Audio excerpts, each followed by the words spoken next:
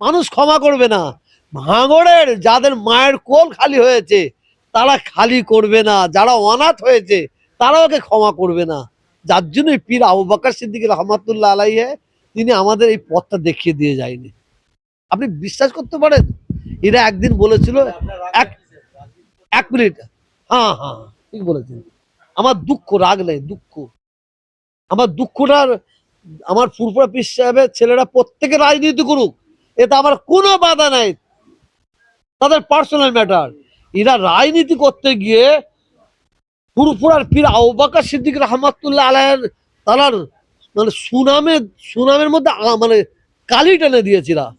ওরা বলেছিল একদিন, আপনারা জানেন যে পীর আবু বকর সিদ্দিক রহমাতুল্লাহ আলাইহি উনি 44টা সিট দিয়েছিলেন বলেছিলেন।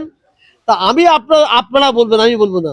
1939 সালে পীর আবু বকর সিদ্দিক রহমাতুল্লাহ আলাইহি ইন্তেকাল করেন, মারা যান।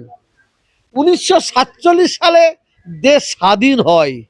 1949 সালে দেশের সংবিধান তৈরি হয়। আর 1951 সালে ভারতবর্ষে প্রথম গণতান্ত্রিক ভোট হয়। তো পীর আবু বকর সিদ্দিক রহমাতুল্লাহ আলাইহি 1939 সালে ইন্তেকাল করেছেন। তখন কে দেশ চালাচ্ছে? আপনি একটু বলুন না শুনি, কে দেশ চালাচ্ছে? ব্রিটিশরা দেশ চালাচ্ছিল। তখন গণতন্ত্র ছিল না, রাজতন্ত্র ছিল? তখন রাজতন্ত্র ছিল। এই যে মিথ্যা ভাওতা দিয়ে আমাদের পূর্বপুরুষের যে মানে ভক্তদের যে ভুল বুঝে যে ভোট নিয়েছিল, আর পূর্বপুরুষের ভক্তরা সেই ভুলটা করবে না।